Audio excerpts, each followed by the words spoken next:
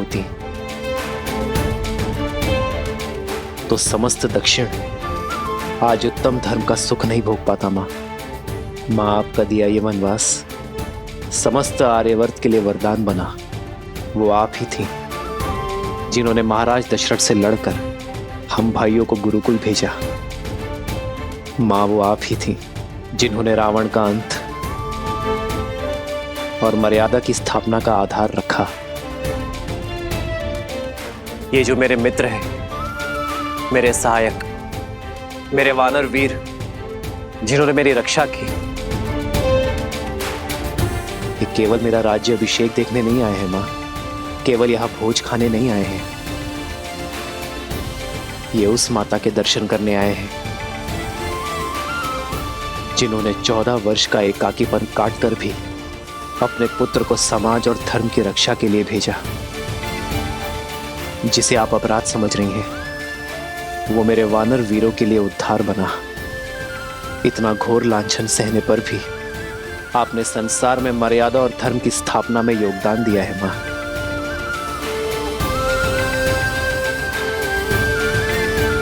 क्या आप इन्हें निराश करेंगी मां? मुझे ना सही, इन्हें तो अपने दर्शन का लाभ दे दीजिए, इन्हें इनकी यात्रा का प्रसाद दे दीजिए मां।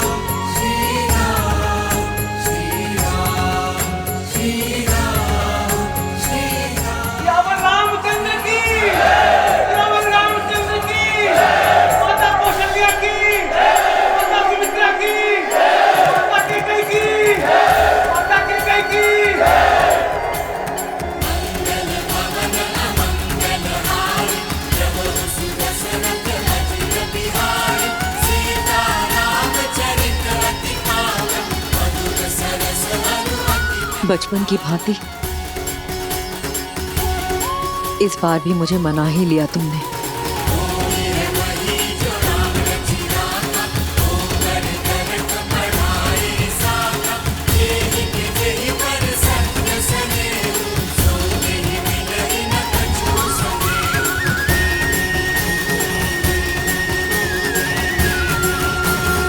कराए दक्षिण का उद्धार, किंतु अब मेरे राम को राजा बनना होगा। अयोध्या को, अपनी प्रजा को आगे ले जाना होगा। अपने वंश को आगे बढ़ाना होगा राम। इस राज्य का उद्धार करना होगा।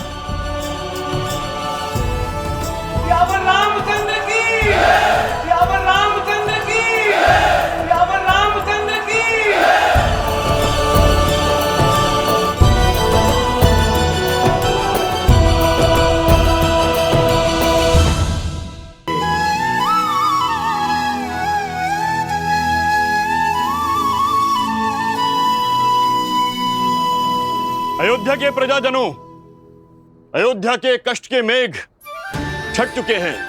शीघ्र ही रघुकुल के दीपांकर महर्ष दशरथ जी के ज्येष्ठ पुत्र श्री रामचंद्र जी का राज्याभिषेक होगा। राज सिंहासन पर विराजमान होने की उत्तम तिथि एवं मुहूर्त शीघ्र घोषित होंगे और आप सब लोग उसमें आमंत्रित होंगे। श्री रामचंद्र जी के राज्याभिषेक की तैयारियों में जुट जाइए। सियावर रामचंद्र की, सियावर रामचंद्र की, रघुपति रामचंद्र की, रघुपति रामचंद्र की, माता सीता की, माता सीता की। श्री रामचंद्र कृपालु भजु मन हरण भव भय दारुणम। नव कंज लोचन कंज मुख कर कंज पद कंजारुणम। सिया राम, सिया राम, सिया राम, सिया राम, सिया राम, सिया राम।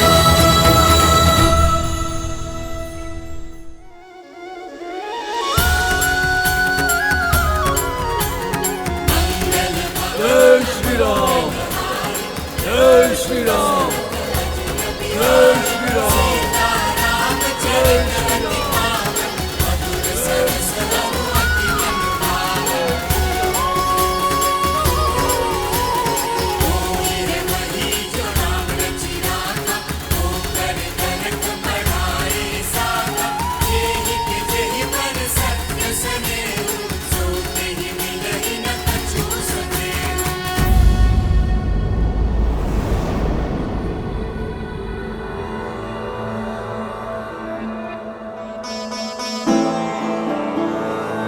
राम,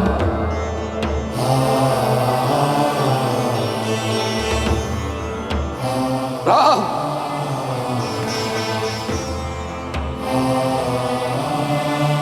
भरत आपके लिए कुछ भेंट लाया पिताश्री। मेरे पुत्र में इतनी अद्भुत प्रतिभा है, आशा करता हूं बाण भी उतने ही वेग से चलाते होंगे।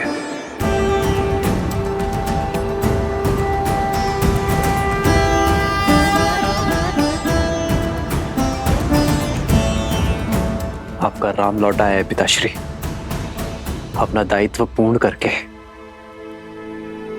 किंतु आज आपके सामने रावण का वध करने वाला योद्धा नहीं खड़ा है, अपने पिता की आज्ञा का पालन कर लौटा पुत्र खड़ा है।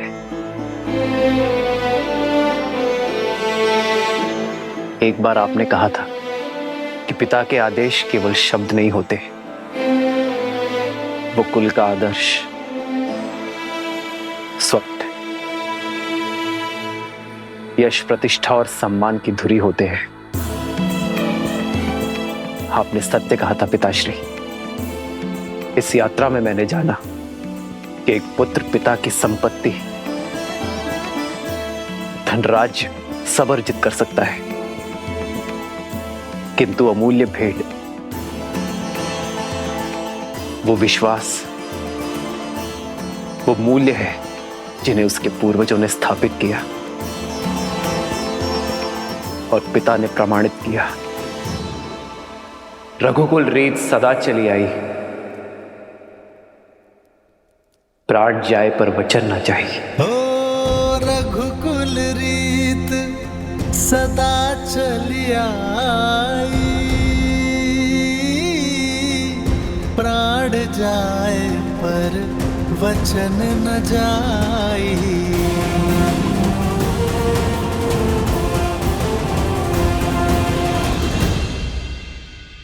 मित्र, इतना समय हम आपके साथ रहे, आप हमें जानते हैं और हम आपको। किष्किंधा वासियों के मन में इच्छा है कि हमें भी अयोध्या देखने का, जानने का सौभाग्य मिले।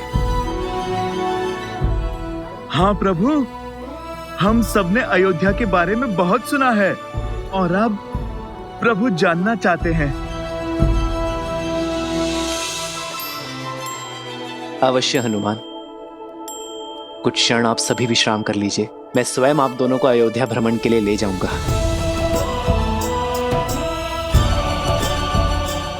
14 वर्ष बीत गए, मैंने अपने राज्य का भ्रमण, अपने अयोध्या के दर्शन नहीं किए। महर्षि मुग्दल के स्वागत के साथ अयोध्या भ्रमण भी हो जाएगा। दीदी,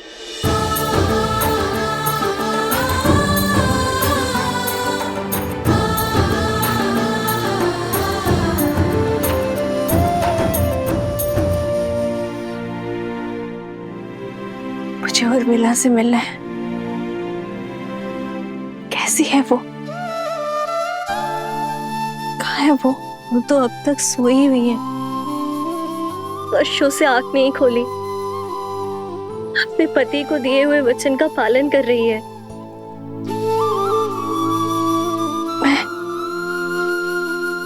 मैं देखना चाहती हूँ उसे, अभी इसी क्षण।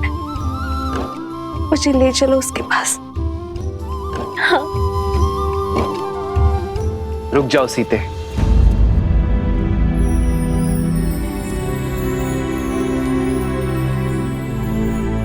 उर्मिला का प्रण पूरा होना अभी शेष है सीते। उर्मिला अपनी निद्रा केवल लक्ष्मण की उपस्थिति में ही तोड़ सकती है। जाओ लक्ष्मण, और जाकर अपनी पत्नी से मिलो। तुम्हारे और उर्मिला के सम्मिलित प्रण के कारण ही मेरा और सीता का प्रण पूरा हो पाया है।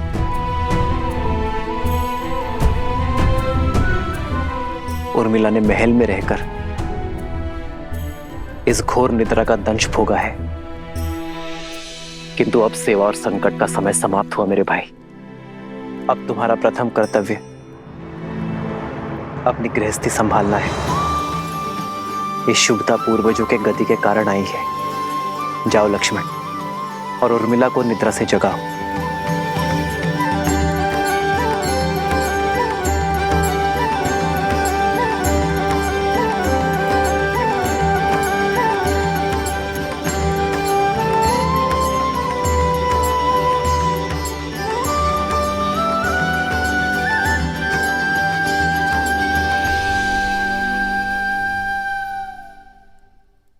चौदह वर्ष तक मैं आपकी नींद लेती रहूंगी, ताकि आप 14 वर्ष तक बिना सोए अपना धर्म निभा सके।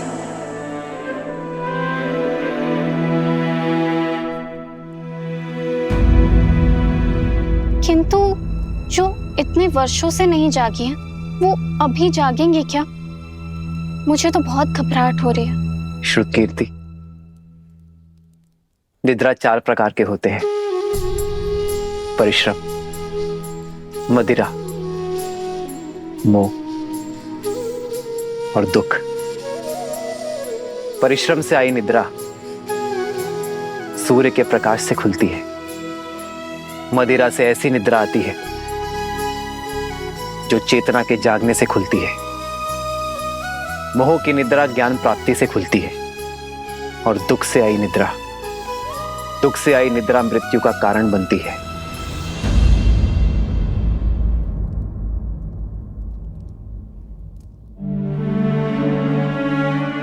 मैं जहां पर भी रहूं आर्य, मेरा मन सदैव आपके पास ही रहेगा। मेरी केवल एक ही इच्छा है आर्य, कि मैं जब भी अपनी आंखें खोलूं केवल आपको देखूं।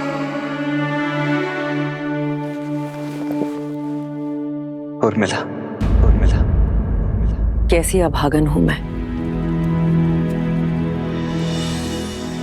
मेरे लक्ष्मण और उर्मिला मेरे कर्मों का भुगतान कर रहे हैं। नहीं मां, उर्मिला की निद्रा कोई श्राप नहीं है। ये तो उसका तप है, प्रेम की शक्ति है। उर्मिला केवल अपनी निद्रा ही नहीं, लक्ष्मण की निद्रा भी ले रही है। ये तो निद्रा देवी का आशीर्वाद है लक्ष्मण और उर्मिला दोनों को।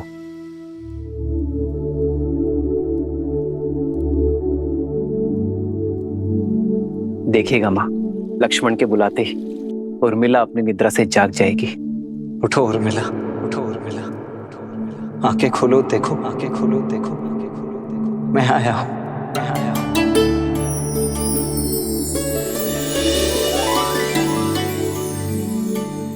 आर्य,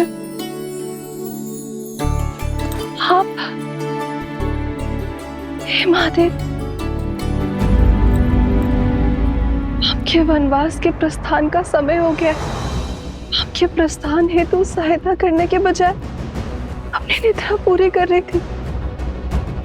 क्षमा कीजिए आर्य। कैसी क्षमा उर्मिला, अब किसी को कहीं नहीं जाना है। पिताश्री का वचन और राम भैया का प्रण प्रण पूरा हुआ उर्मिला, भैया का भी और तुम्हारा भी। अब एक प्रण मेरा है, जहां भी रहूंगा सदा तुम्हारे साथ रहूंगा। तुम्हारे प्रेम के सबल ने मुझे बहुत बल दिया है उर्मिला, इसके लिए बहुत बहुत धन्यवाद, कोटि कोटि धन्यवाद। क्या सच में 14 वर्ष तक अपलक जिए बिना निद्रा के निकाल लिए? तुमने भी तो यहाँ 14 वर्षों तक बिना भोजन के बिताए हैं उर्मिला। तुम्हारी निद्रा ने मेरी थकान को हर लिया और मेरे भोजन ने तुम्हारे शरीर को पोषण दिया। दाम्पत्य जीवन का ये आदर्श, यही तो भैया ने हमारे माध्यम से संपूर्ण संसार को दिया है कि पति पत्नी दोनों एक दूसरे के पूरक होते हैं, जीवन के भी, प्राणों के भी और समर्पण के भी। और तुम्हारे समर्पण का तो कोई मूल्य ही नहीं है उर्मिला।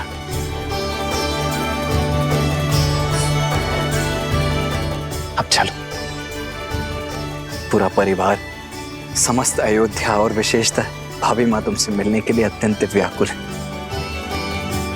मैं भी आ रही हूँ। आओ। दीदी,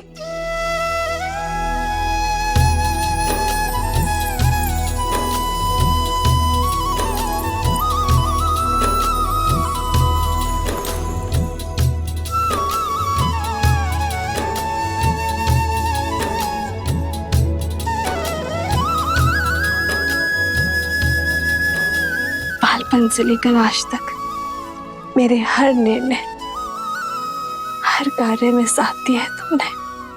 और आप मेरे और मेरे पति के लिए, इस रघुवंश के लिए लक्ष्मण भैया को हमारे साथ भेजा। एकांत का दंश भी झेल लिया तुमने।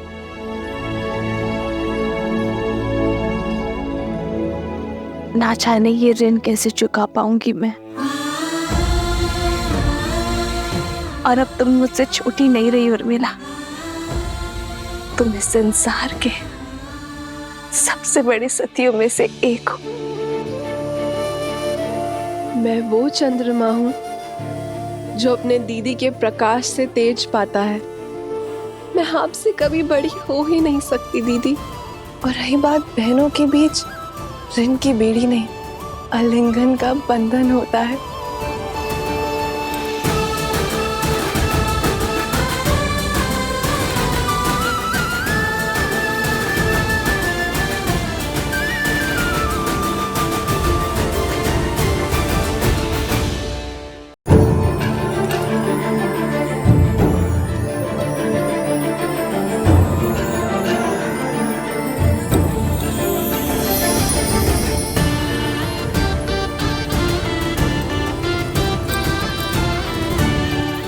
बहुत प्यारा लग रहा है। ये कैसा है दीदी? अरे तुम सब यूं ही अब तक बातें कर रही हो। ऋषि मुद्गल के स्वागत की तैयारियां करनी है, वो आते ही होंगे। जी माता, वर्षों बाद बहनों से मिली तो कुछ स्मरण नहीं आया। मैं समझ सकती, जो पीड़ा तुम सबने भोगी है वो मेरे कारण ही तो है। नहीं माता, जितना कष्ट हमने सहा उससे कहीं अधिक आपने सहा, और शारीरिक कष्ट से कहीं अधिक मानसिक कष्ट होता है माता।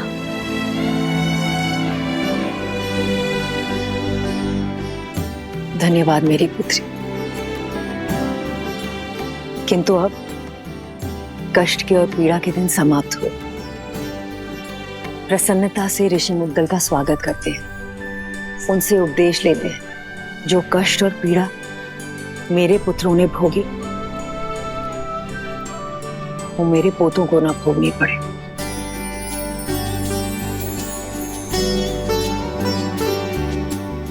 और अब तो केवल इसी समाचार की प्रतीक्षा है कि कब मुझे ये बताया जाए कि मैं माँ से दादी बनने वाली।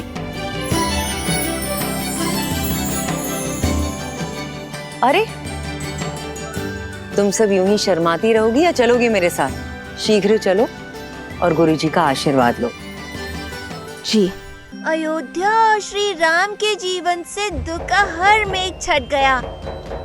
अब सब शुभ ही होगा। इतनी शीघ्र भूल गए पुत्र? धूप छांव दिन रात की भांति ही अच्छाई और बुराई भी सदा साथ ही रहते हैं। दीपक की आवश्यकता तो वहीं होती है जहां अंधकार होता है और लोग जलते हुए दीपक के प्रकाश में उसके नीचे पसरे हुए अंधकार को देखना भूल जाते हैं। जब सामने सब उचित प्रतीत हो रहा होता है तभी पीछे से बुराई अपने पंख फैला रही होती है। अर्थात दुख की धूप हो या सुख की छांव, सदा सतर्क रहो। हाँ पुत्र, जब भी हम जीवन में कोई शुभ या मंगलमय कार्य करें तब हमें अतिरिक्त सावधानी और सतर्कता बरतनी चाहिए। सत्य और धर्म की क्षमता पर विश्वास रखते हुए अपने तन मन को और अधिक दृढ़ करना चाहिए। प्रिय गणेश, वो देखो श्री राम उसी योजना का शंखनाद कर रहे हैं। राम राज्य की स्थापना का आरंभ कर रहे हैं। नर रूप में नारायण को प्रत्येक समस्या का सामना करना होगा, हर कठिनाई का हल खोजना होगा, राम राज्य की स्थापना करनी होगी। ऋषिवर, मैं जानता हूं आप सबके मन में क्या चल रहा है, किंतु जो होना है वो अवश्य होगा। 2 दिन बाद शुभ मुहूर्त है और ये राज्याभिषेक के लिए सबसे शुभ है। श्री राम भगवान सूर्य के आशीर्वाद से सूर्यवंश के अगले सिरमौर आप ही होंगे। आपने वन भ्रमण के समय जो ज्ञान और अंतर्दृष्टि अर्जित की है उसको अपने साम्राज्य में उपयोग करने का समय आ गया है। दया, दंड और दर्शन, इसको अपना शस्त्र बनाइए। श्री राम आपके मार्गदर्शन से जगत कल्याण की ओर अग्रसर होगा। सभी आशान्वित हैं कि आप एक आदर्श स्वराज की स्थापना करेंगे और संसार के लिए शुभता का मार्ग प्रशस्त करेंगे।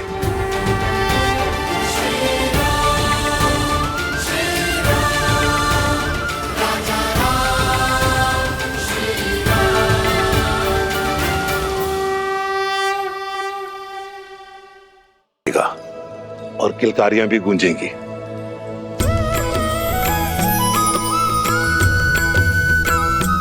महर्षिवर, हम सभी बहनें छठी माता की पूजा अवश्य करेंगे। ऋषिवर, इस मन में मैं संदेह लेके आई थी, उस मन में आस भरने के लिए बहुत बहुत धन्यवाद।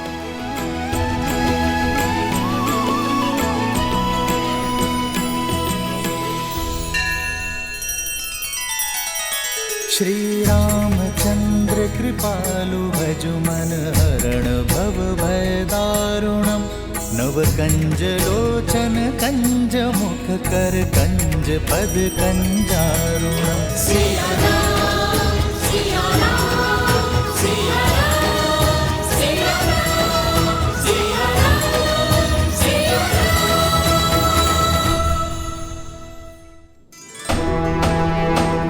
सुनो सुनो सुनो, 2 दिन के बाद हमारे श्री राम का राज्याभिषेक शुभ घड़ी में होने वाला है। सारी प्रजा को निमंत्रण है कि इस पावन अवसर पर उपस्थित रहे। सुनो सुनो सुनो। पूरा नगर पल के बिछाए आपका इंतजार कर रहा है। सभी के मुख पर आपका ही नाम, आप ही के द्वारा स्थापित होने वाले सुराज्य की बात है। और महर्षि मुग्दल ने भी तो यही कहा कि इस समस्त राष्ट्र में सुराज्य आप ही स्थापित करेंगे। किंतु ये सुराज्य है क्या? माना कि वानर हूं, लेकिन किष्किंधा का राजा भी तो हूं। कल उठ के ये सारा भार अंगद को ही तो संभालना है मेरे बाद। जानना चाहता कि सुराज्य है क्या? अर्थ बताइए प्रभु। हाँ प्रभु, अर्थ बताइए।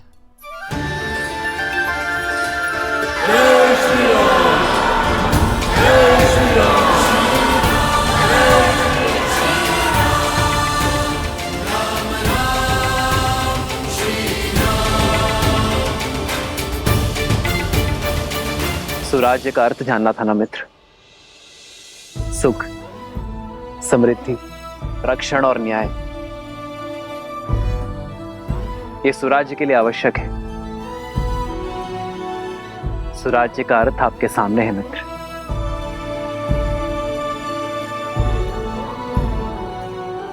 प्रजा के मुख पर जब खुशी हो, क्या वही स्वराज्य कहलाता है? जब राजा को देख प्रजा के मुख पर प्रसन्नता हो, वो सामान्य राज्य है। प्रजा के चेहरे पर जो स्मित है, वो एक सुखद बदलाव और समृद्ध भविष्य की अपेक्षा है। प्रजा को आशा होती है कि राजा उनके दुख सुनेगा, उनकी पीड़ा हरेगा। पर सुराज्य वो जब प्रजा को देख राजा के मुख पर प्रसन्नता हो, राजा को संतुष्टि हो कि वो अपनी प्रजा की अपेक्षाओं को पूर्ण कर पाया है। जब राजा को यह विश्वास हो कि वो अपनी प्रजा के जीवन में बदलाव लाने में सक्षम है, वो है सुराज्य।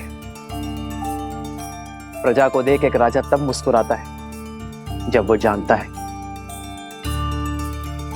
कि ना राजा के मन में कोई प्रश्न है, ना ग्लानि है, ना पीड़ा है, और ना ही उसके प्रजा के मन में। आज मेरी प्रजा के मुख पर स्मित है। मैं अपनी प्रजा की अपेक्षाओं को पूर्ण कर सुराज्य को अवध में लाना चाहता हूं मित्र। और जब यह क्षण आएगा, तब मेरे मुख पर स्मित होगा। आओ मित्र।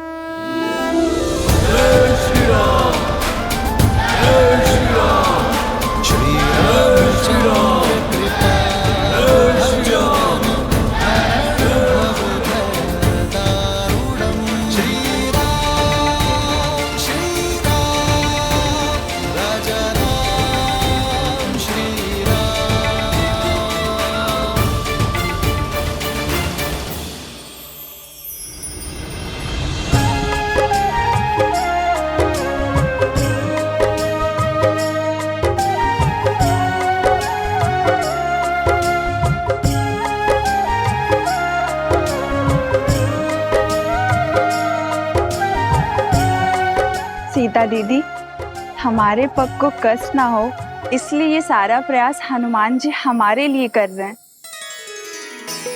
किंतु हमें ये सब भा नहीं रहा। हनुमान केवल हमारे लिए नहीं कर रहा है श्रुतकीर्ति, हमारे पीछे हमारी प्रजा की स्त्रियां भी है। उन्हें कष्ट ना हो, ये उसका उद्देश्य है। हाँ दीदी, पर ये सब केवल हमारे कारण ही हो रहा है ना? हाँ, ये आरंभ है और इसे रोज का नियम बनाना होगा। प्रातः की शुरुआत कहीं ना कहीं से तो होगी ना।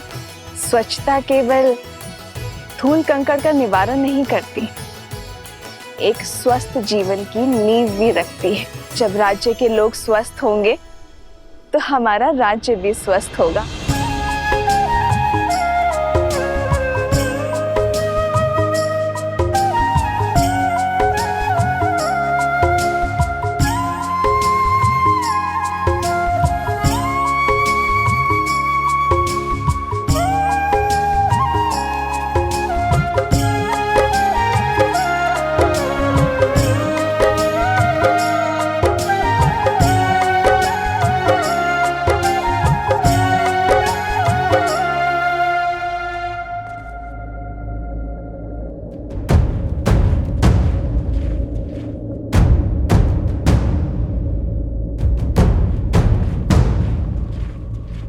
जिस दिन का स्वप्न मैं वर्षों से देख रहा था, वो दिन भव्य और गरिमापूर्ण होगा।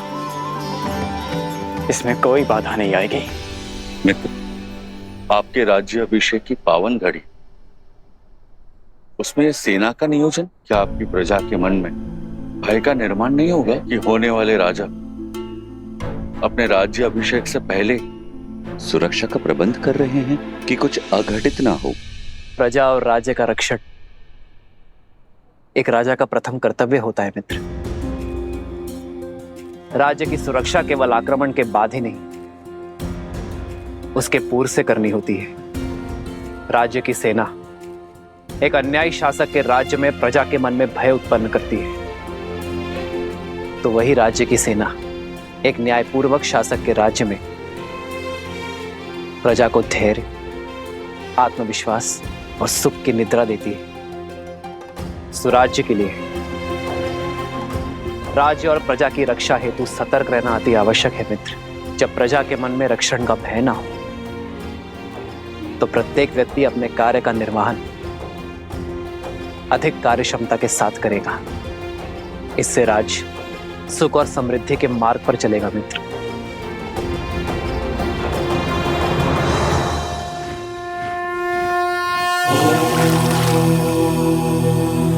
शांति शांति शांति।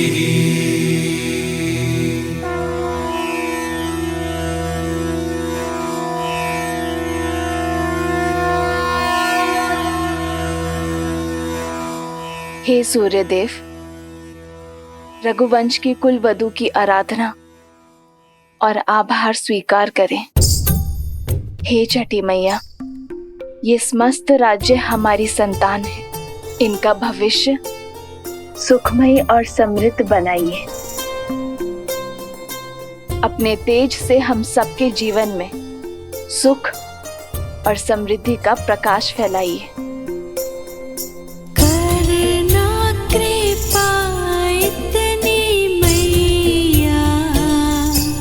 बढ़े यश रघुवीर का, बढ़े यश रघुवीर का।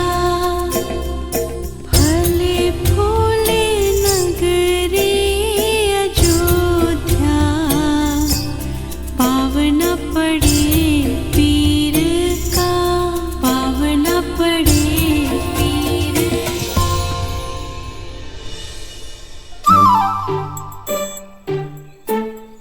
कौन है ये उद्दंडी? कहां छुपे हो? बाहर निकलो।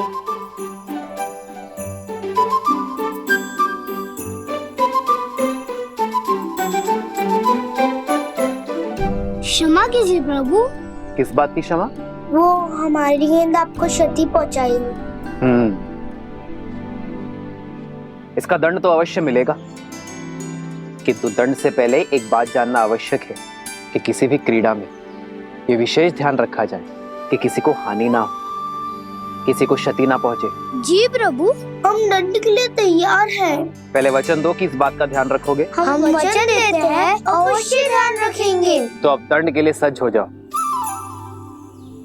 अपना हाथ आगे करो।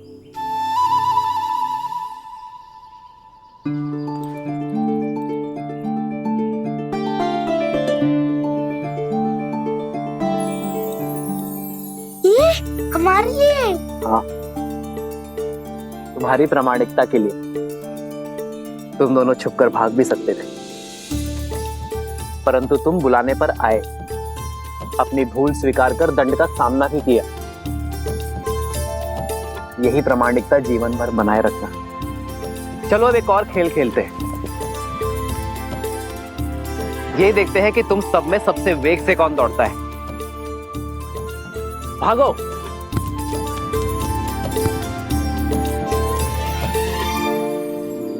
मित्र, राजा का धर्म तो सेवा है।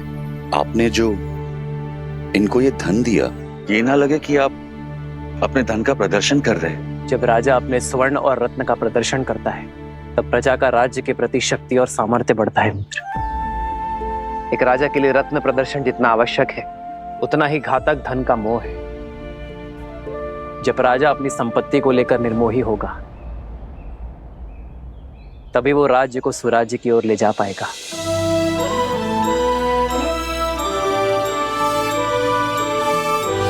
राजा की संपत्ति पर प्रजा का गर्व और राजा के लिए भार हो, यही स्वराज्य का सार है। जब राजा अपनी संपत्ति पर गर्व ना करे और उसे अपने कार्यों में प्रयोग करे, तभी राज्य सही अर्थ में स्वराज्य होता है। अति सुंदर। आपके विचारों ने हमारे विवेक को झंझोड़ दिया है। आपके ही मार्गदर्शन से अब से किष्किंधा में भी सुराज्य होगा, राम राज्य का परचम लहराएगा।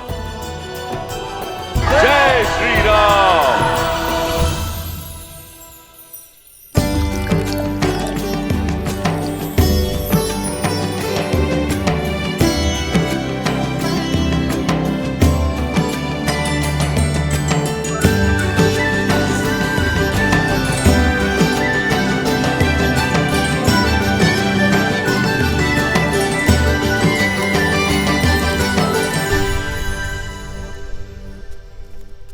अपराधी हो तुम सब।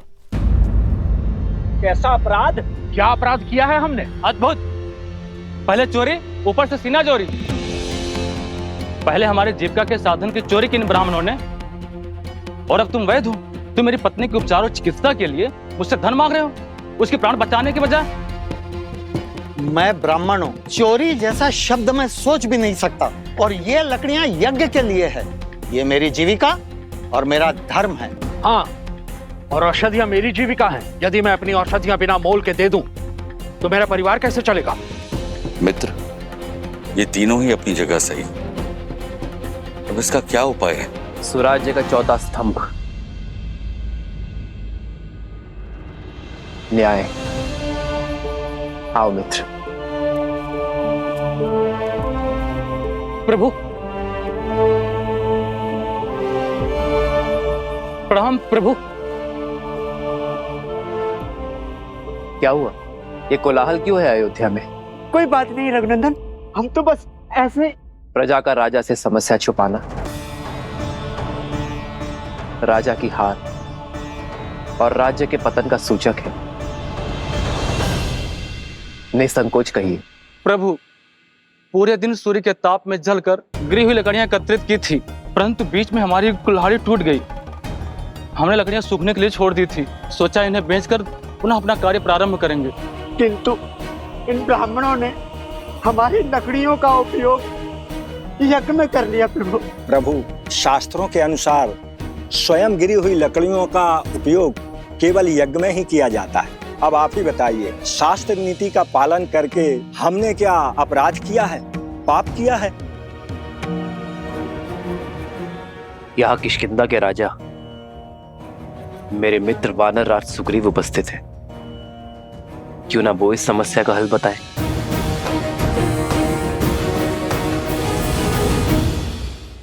वही सत्य। इन ब्राह्मणों का कोई दोष नहीं।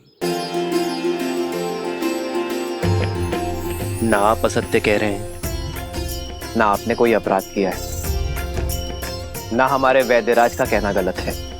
प्रभु, अगर कोई गलत नहीं है तो ये कलेश क्यों? इसका समाधान क्या है प्रभु?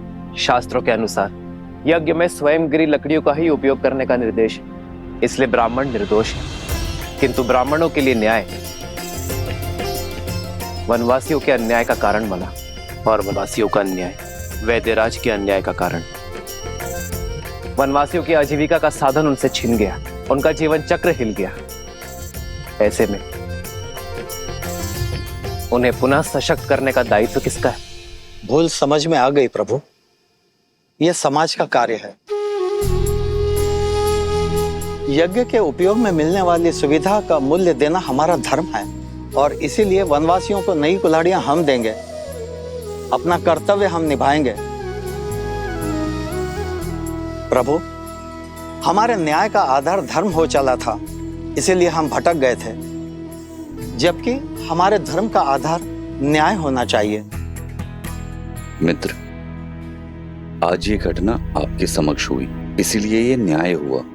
परंतु तुम्हारी अनुपस्थिति में ये हुआ तो क्या करोगे? जिन्हें आवश्यकता है पहले उनकी सहायता करेंगे मित्र। आप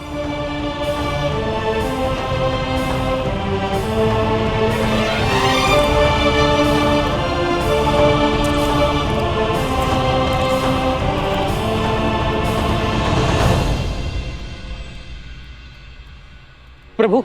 प्रणाम वैद्य जी, क्या मैं आपकी कुछ सहायता कर सकता हूँ? श्री राम श्री राम श्री राम श्री राम श्री रामचंद्र कृपालु भजु मन हरण भव भय दारुणम नव कंज लोचन कंज मुख कर पंच पद कंजारुणम।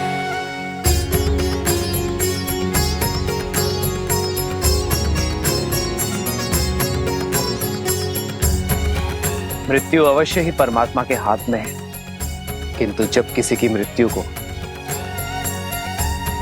अंतिम क्षण तक टालने के लिए पूरा परिवार अपितु पूरा समाज जुट जाए, तब बनता है सच्चा और आदर्श राज्य। जब किसी के दुख के क्षण में ना कोई ऊंच नीच ना कोई जात पात का विचार आए, वो कहलाता है स्वराज्य। जब राजा अपनी प्रजा के लिए उससे अधिक कर जाए, जिसमें वो सक्षम है, तब बनता है स्वराज्य।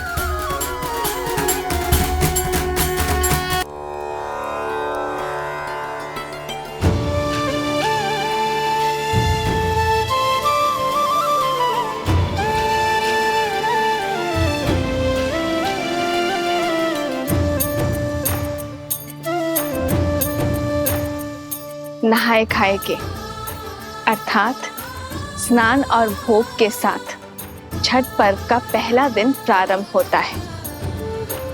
इस भोग को खाने के बाद हमें 36 घंटों का व्रत रखना होगा, अर्थात परसों भोर। ये व्रत शांति के लिए है। जहाँ शांति हो वहाँ सुख और समृद्धि अपने आप आ जाती है। ये राज्य मेरा परिवार है और इसकी शांति की कामना करती हूँ मैं छठी माँ।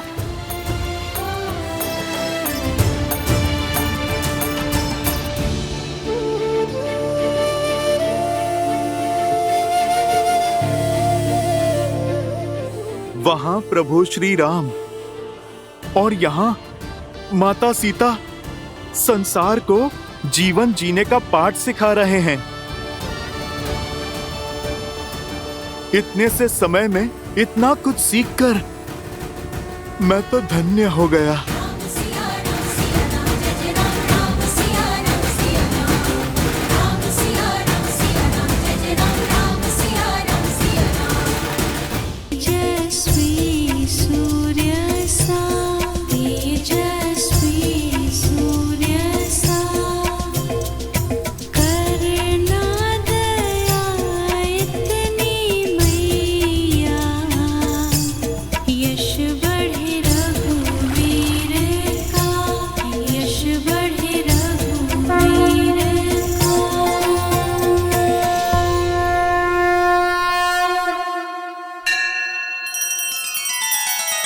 श्री रामचंद्र कृपालु भजु मन हरण भव भय दारुणम नव कंज लोचन कंज मुख कर कंज पद कंजारुणम। सिया राम सिया राम सिया राम सिया राम सिया राम सिया राम।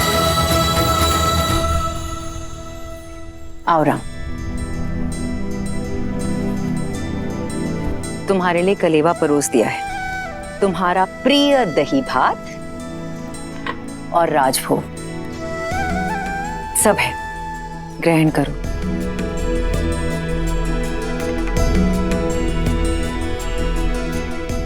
माँ, सीता का है, भोर की पूजा समाप्त नहीं हुई। रघुकुल की चारों पुत्र वधु भोर से ही तट पे हैं, महर्षि मुद्गल के कहे अनुसार छठी मैया की पूजा कर रही हैं।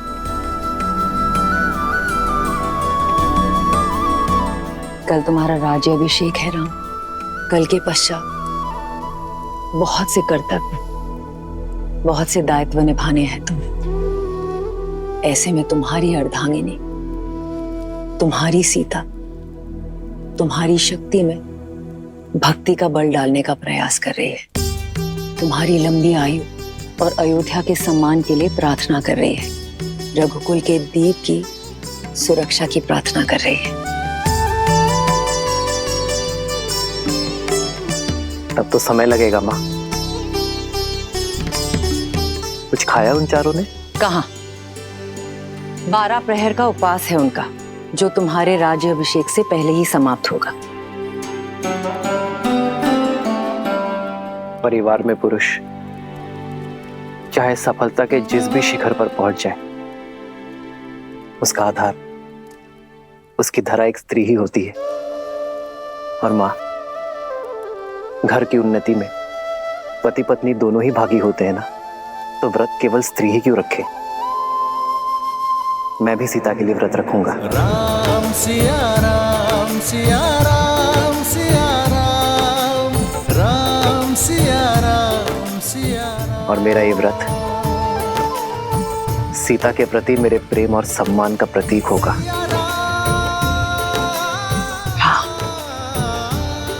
मेरा राम जितना प्यारा पुत्र है, उतना ही उत्तरदायी पति भी है। राम सिया राम सिया राम सिया राम, राम सिया राम सिया राम।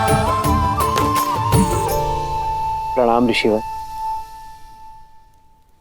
कल सुबह सूर्य की पहली किरण के साथ ही श्री राम का राज्याभिषेक होगा और श्री राम जैसा धर्मात्मा राजा पाकर ये धरा धन्य हो जाएगी।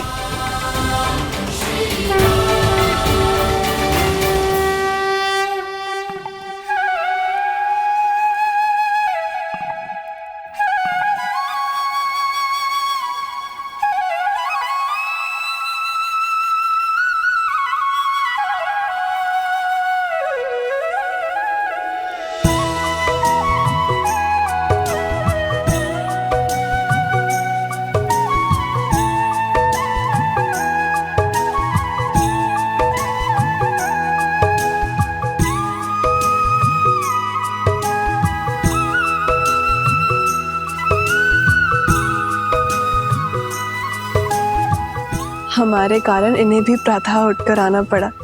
बेचारे, लगता है अभी भी मीठी निद्रा के स्वप्न देख रहे हैं।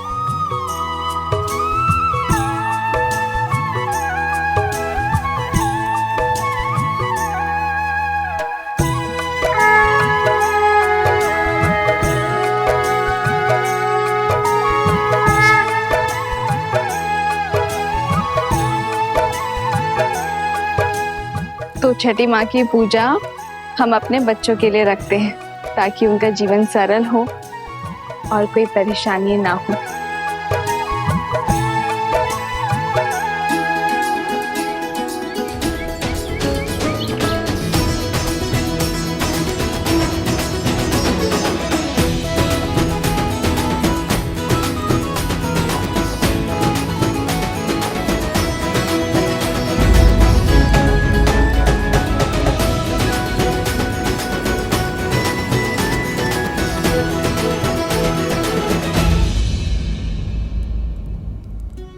पिछले 14 वर्ष से हमें जिस दिन का इंतजार था, तुम उसका भाग नहीं बनना चाहती हो।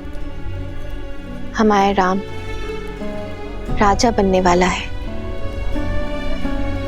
चलो कैकेयी, ये समय बीती बातों का शोक मनाने का नहीं, आने वाली घड़ी के सुख में रंगने का है। आपको मुझ पर क्रोध नहीं आता? इस समय भी आप मुझे अपना दोषी नहीं मानती? कैकेयी दीदी, वनवास में जाने से पूर्व स्वयं राम ने तुम्हें क्षमा कर दिया था और हमने भी आपको क्षमा कर दिया था। मुझे राम के प्रति तुम्हारे प्रेम में ना पहले कोई संदेह था, ना है। मुझे ज्ञात होता कि समस्त भूमि के राजाओं से मेरा राम राजधर्म सीखेगा, ज्ञान प्राप्त करेगा, तो वनवास का ये वचन पहले मैं मांग लेती। दीवे, आपके भीतर ममता ही नहीं, बुद्धि माता का सागर बहता है। धन्यवाद दीदी। तो दीदी, तनिक आप भी इस ज्ञान की गंगा में गोता लगा लीजिए। भूल का भार छोड़िए और पुत्र के राज अभिषेक में चलिए। सियावर रामचंद्र की, सियावर रामचंद्र की, सियावर रामचंद्र की, सियावर रामचंद्र की।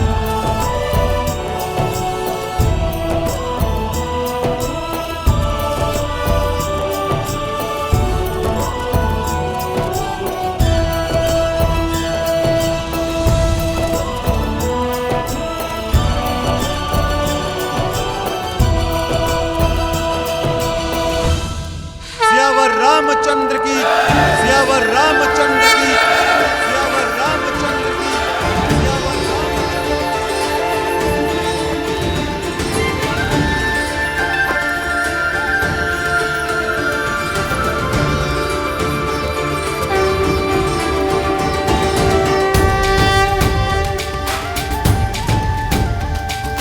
श्री रामचंद्र कृपालु भजु मन हरण भव भय दारुणम। श्री रामचंद्र कृपालु भजु मन हरण भव भय दारुणम। नव कंज लोचन कंज मुख कर कंज पद कंजारुणम। और हम राजगुरु वशिष्ठ के आने तक अयोध्या को तनिक और प्रतीक्षा करनी होगी। तब तक आप माताओं का आशीर्वाद ले लीजिए। आइए। अमित छवि नव नीला नीरज सुंदरम। पट पीत मानहु तड़ित रुचि सुचि नौमि जनक सुतावरम। श्री राम श्री राम, राम राम श्री राम, श्री राम श्री राम, राजा राम श्री राम।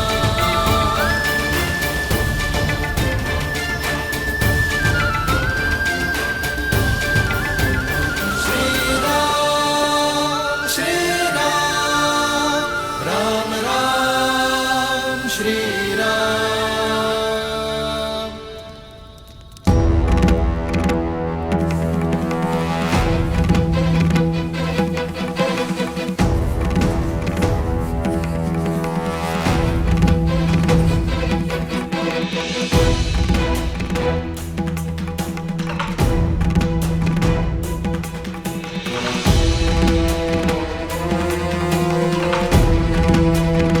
महर्षि पराशर, नक्षत्रों से उलझने के लिए अभी बहुत समय है।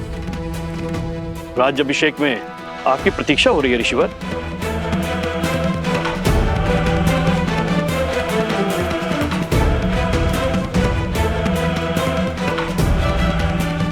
आप इतने गंभीर क्यों हैं ऋषिवर?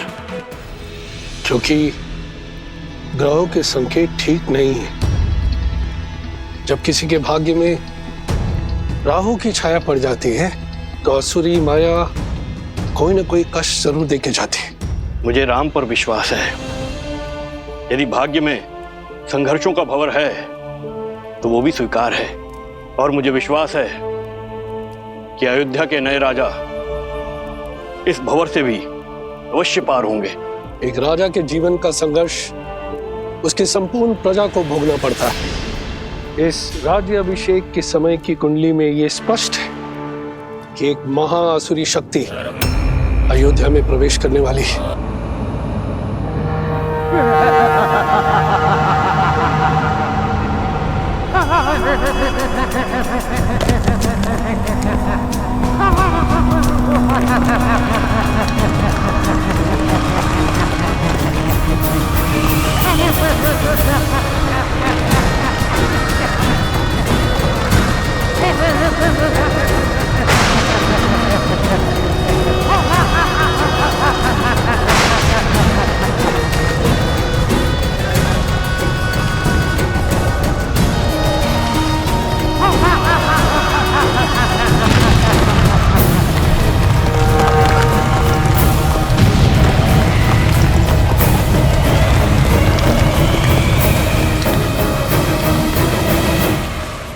देवता सदा अयोध्या के आगे ढाल बनकर खड़े होते आए हैं ऋषिवर। यदि कोई आसुरी शक्ति राम राज में प्रवेश करने की चेष्टा भी करेगी तो उसका सामना धर्म की शक्ति से होगा। आप आइए और राम को आशीर्वाद दीजिए। शुभ घड़ी में कुछ ही समय शेष है। आशा करता हूं कि इस बार भी आपके विश्वास की जय हो।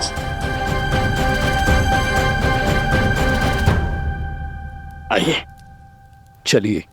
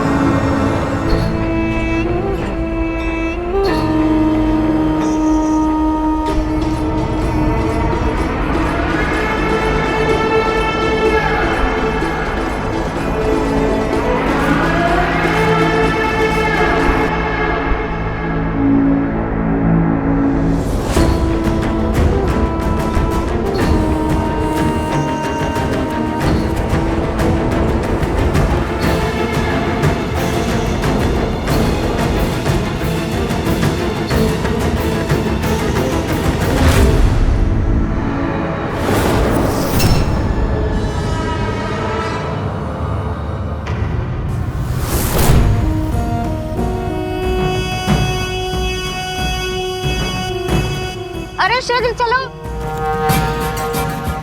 आज अभिषेक का समय हो गया है।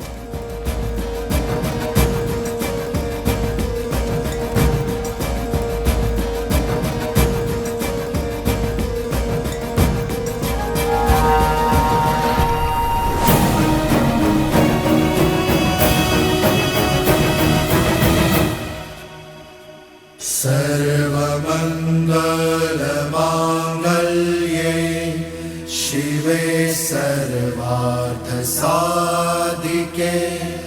शरण्ये त्र्यंबके गौरी नारायणी नमोस्तुते। माता, जीवन के पग पग पर आपने महादेव का साथ दिया है। आशीर्वाद दे कि वैसे ही मैं भी सदा अपने श्री राम का साथ दे सकूं। सुख दुख की हर घड़ी में मैं राजा राम की पत्नी के रूप में सभी दायित्व निभा सकूं। नमस्तस्यै नमो नमः।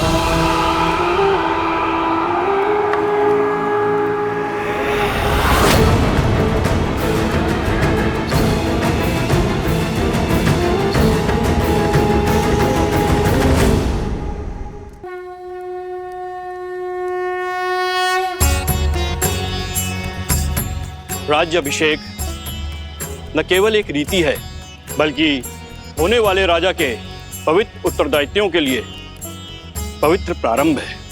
रीति अनुसार मंगल बेला में सर्वप्रथम श्री रामचंद्र जी की देह को तेल विविध औषधियों के मर्दन से शुद्ध किया जाएगा। पृथ्वी, जल, अग्नि, वायु, इन चार तत्वों के साथ आकाश तत्व के जुड़ने से इस तन का निर्माण होता है और इसमें सबसे अधिक रोग उत्पन्न होते हैं वायु तत्व के कारण।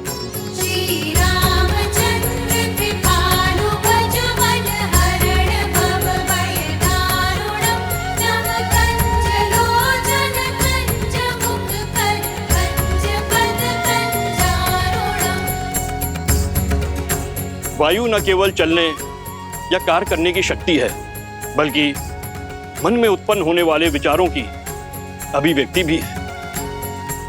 मन के मैल के कारण ही समस्त संसार में पाप, अपराध और दुराचार होते हैं।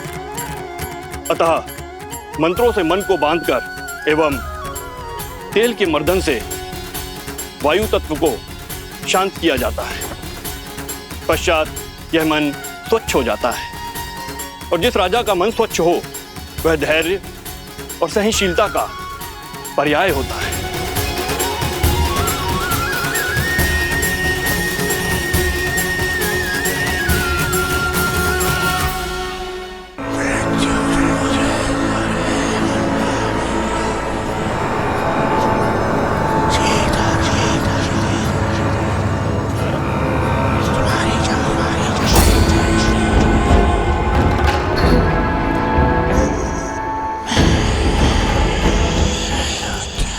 ना जाने कौन बड़बड़ाया जा रहा है, कानों में विचित्र स्वर आ रहा है, ना ही कुछ समझ में आ रहा है और ना ही कोई दिखाई दे रहा है।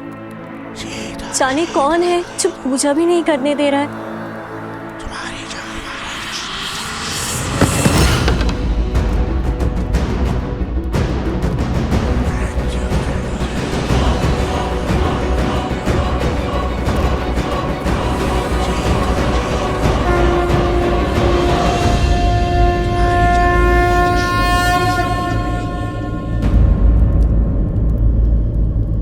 क्या हुआ उर्मिला, इतनी विचलित क्यों हो तुम? दीदी आपको ये ध्वनि नहीं सुनाई दे रही? कैसी ध्वनि? मुझे तो कुछ सुनाई नहीं दे रहा है।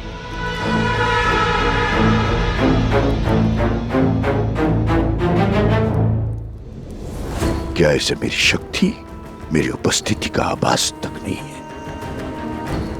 क्या कोई हो सकता है इस संसार में जो सहस्त्रमुख रावण की शक्तियों से प्रभावित ही न हो?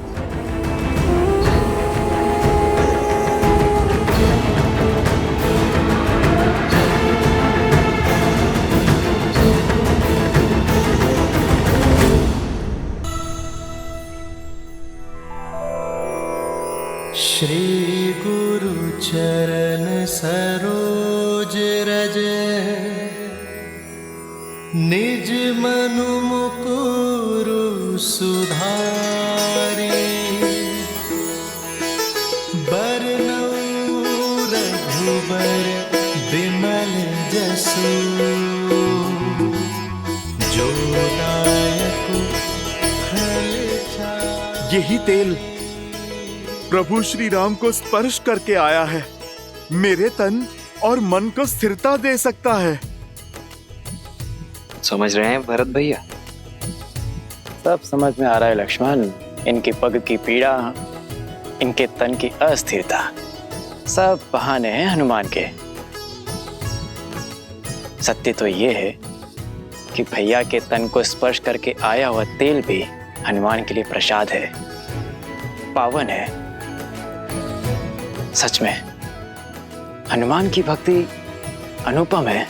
पर ये तो कम है, अभी तो और अभिषेक होंगे। भैया को माटी भी लगाई जाएगी। क्या हनुमान वो भी अपने तन में मल लेंगे? कहीं यह विचित्र दृश्य ना प्रस्तुत हो जाए। उचित कह रहे हो शत्रुघ्न। भ्राताओ, बहुत बड़ी भूल हो गई हमसे। सीता भाभी माँ के साथ ही रखना चाहिए था हनुमान को। अब और न जाने क्या क्या खेल दिखाएंगे ये।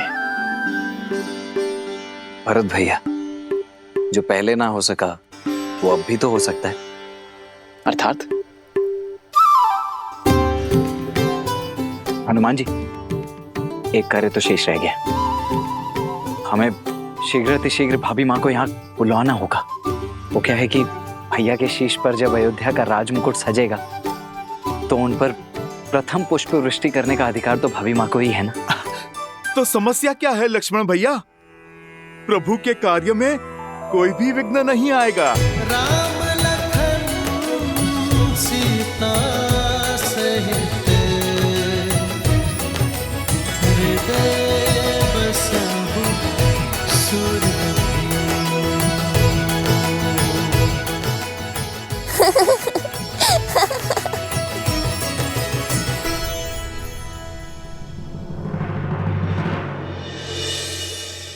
क्या हुआ देवी? इस शुभ अवसर पर महर्षि पराशर के गंभीर मुखमुद्रा का कारण सोच रही हूँ। कदाचित उन्होंने नक्षत्रों और नियति की चाल को पढ़ दिया है। स्त्री के सम्मान का प्रश्न है महादेव। मुझे सीता को दिव्य सिंदूर रूपी अस्त्र जाकर देना ही होगा। माता, दिव्यता का सिंदूर से क्या संबंध? सिंदूर न केवल माथे पे लगा लाल रंग है और न ही किसी स्त्री के विवाहिता होने का प्रतीक। स्त्री अपने मांग में सिंदूर के साथ विवाहित जीवन के सुख, समृद्धि और स्वास्थ्य के रंगों को भी भरती है। सिंदूर एक ऐसी ढाल है जो सभी प्रकार की नकारात्मक ऊर्जाओं से पति और पत्नी के संबंधों की रक्षा करता है, भीतर और बाहर के सभी द्वंद्वों का अंत करता है। जिस प्रकार श्री राम को युद्ध के समय भिन्न भिन्न प्रकार के शस्त्रों और अस्त्रों से सुसज्जित किया गया था, अब समय आ गया है देवी सीता को भी वैसे ही सज्ज करने का, क्योंकि शीघ्र ही एक और असुरी शक्ति चुनौती देने वाली है। और इस बार युद्ध केवल श्री राम को ही नहीं, देवी सीता को भी लड़ना होगा। आप जाइए देवी, समय अत्यंत कम है।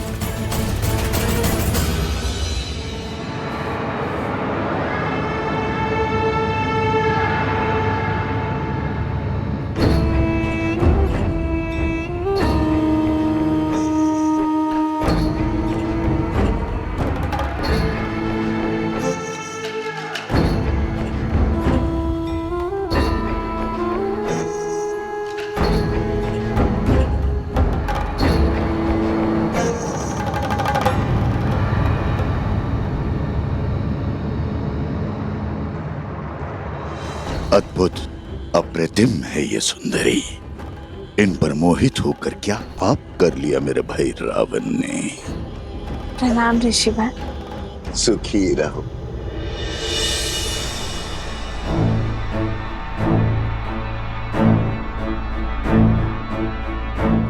तुम्हारी सखिया कुछ विचलित लग रही है।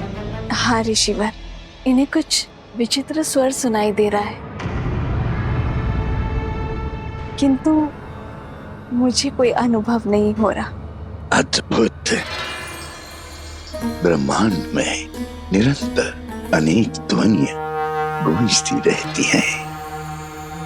शब्दों और विचारों की तरंगे उठती रहती है। दुर्भाग्य होता है उन लोगों का जो उसे सुन नहीं पाते। कोई बात नहीं,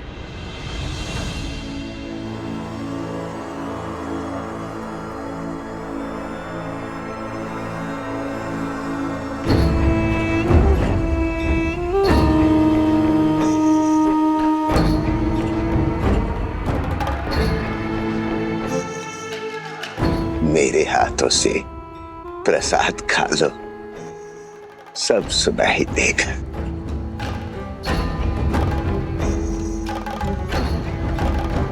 लो।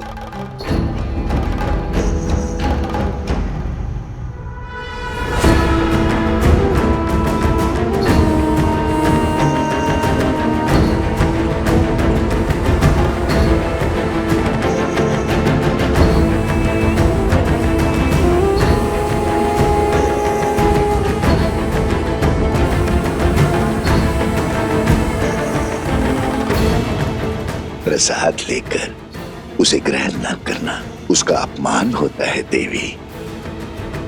ग्रहण करो।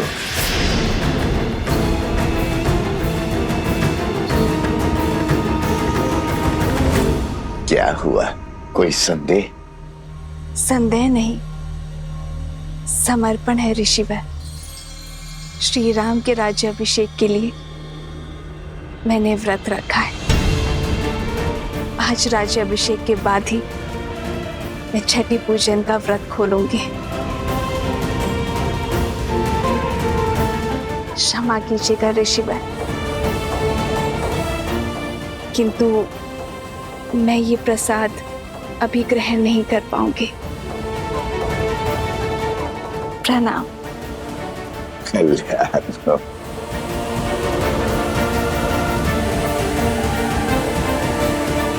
कल्याण हो।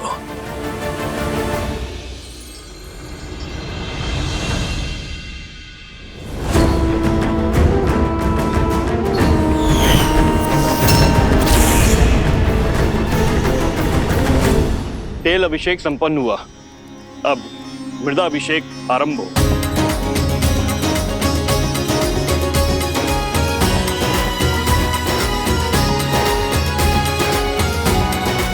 पर्वत पर देवताओं का वास होता है, इसीलिए पर्वत शिखर की माटी को राजा के मस्तिष्क पर लगाने से राजा की बुद्धि भी देवताओं की भांति तीव्र और दयालु होती है।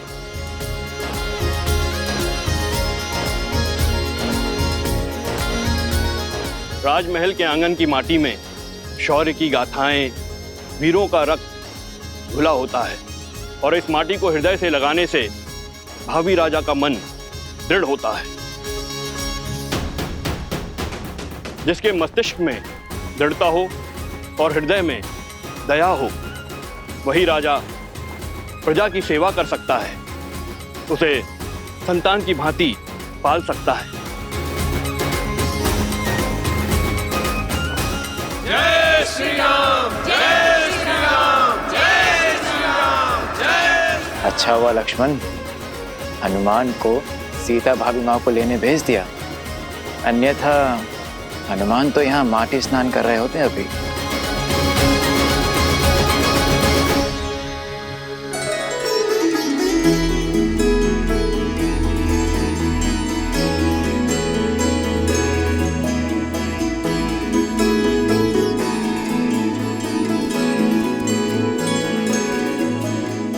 कहाँ है मैया?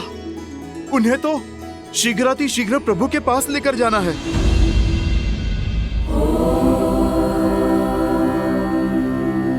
जगत पूजे, जगत वंदे, सर्वशक्ति स्वरूपिणी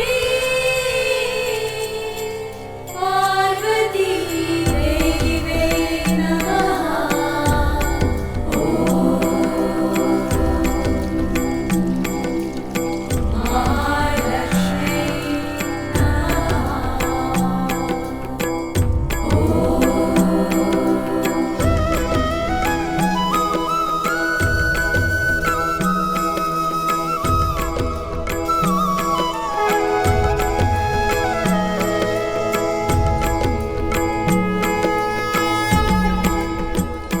सुनिए,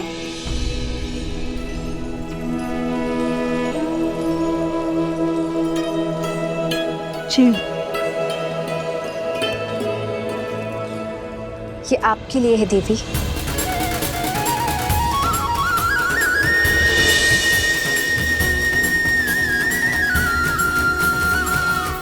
आप मुझे जानती हैं? जिन देवी सीता ने स्त्री की पवित्रता और साहस को नई परिभाषा दी, उन देवी सीता को कौन नहीं जानेगा। ये पवित्र सिंदूर है।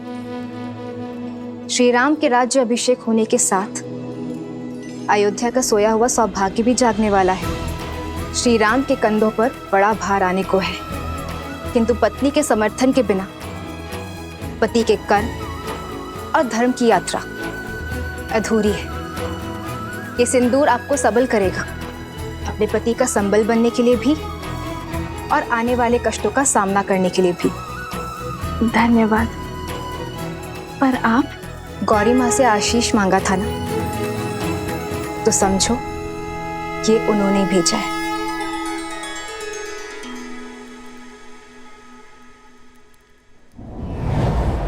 सर्वमंगल मांगल्ये शिवे सर्वार्थ साधिके शरण्ये त्र्यंबके गौरी नारायणी नमोस्तुते, नारायणी नमोस्तुते।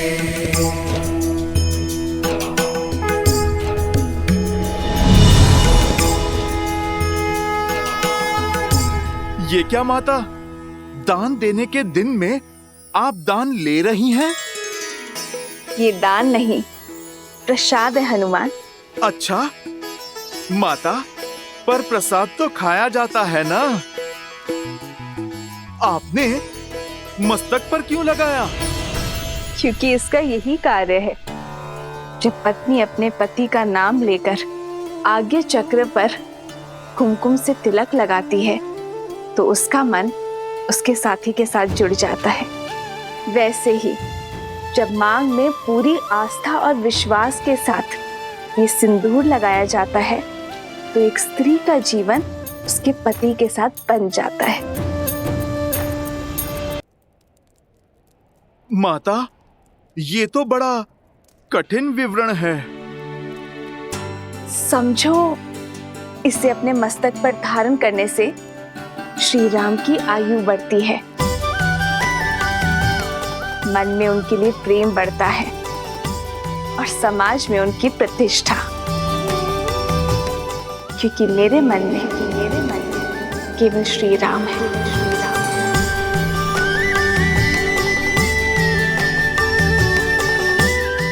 माता, आप मन मस्तक की बात करती हैं। इस भक्त के तो रोम रोम में प्रभु राम के लिए प्रार्थना उठती है माते।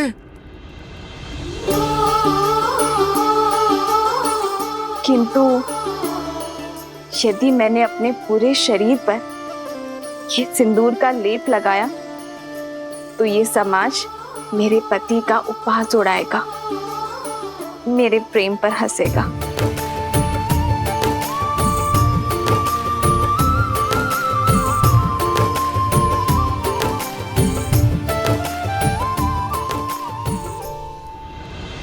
पंचगव्य अर्थात गौ माता से प्राप्त 5 उत्पाद दुग्ध, दही, घी, गौमूत्र और गौमेह, इन पांचों के स्नान से संपूर्ण देह शुद्ध हो जाती है और पृथ्वी तत्व भी शांत हो जाता है, क्योंकि गौ माता ही पृथ्वी का अन्य रूप है।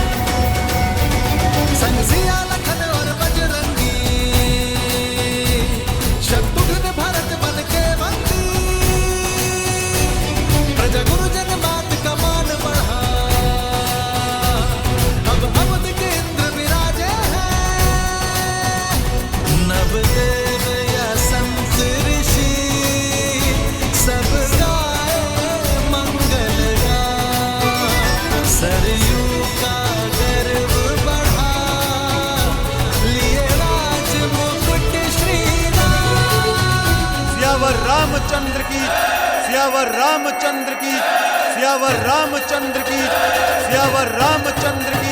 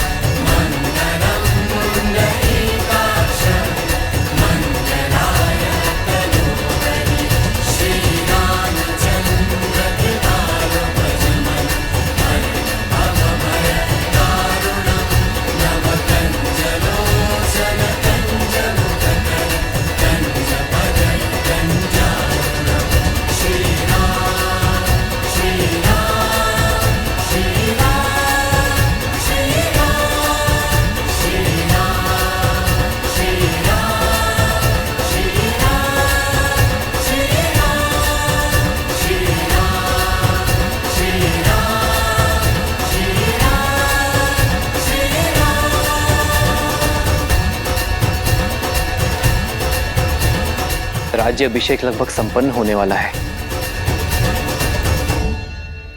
पर मेरा हनुमान नहीं दिखाई दे रहा। कहाँ है हनुमान?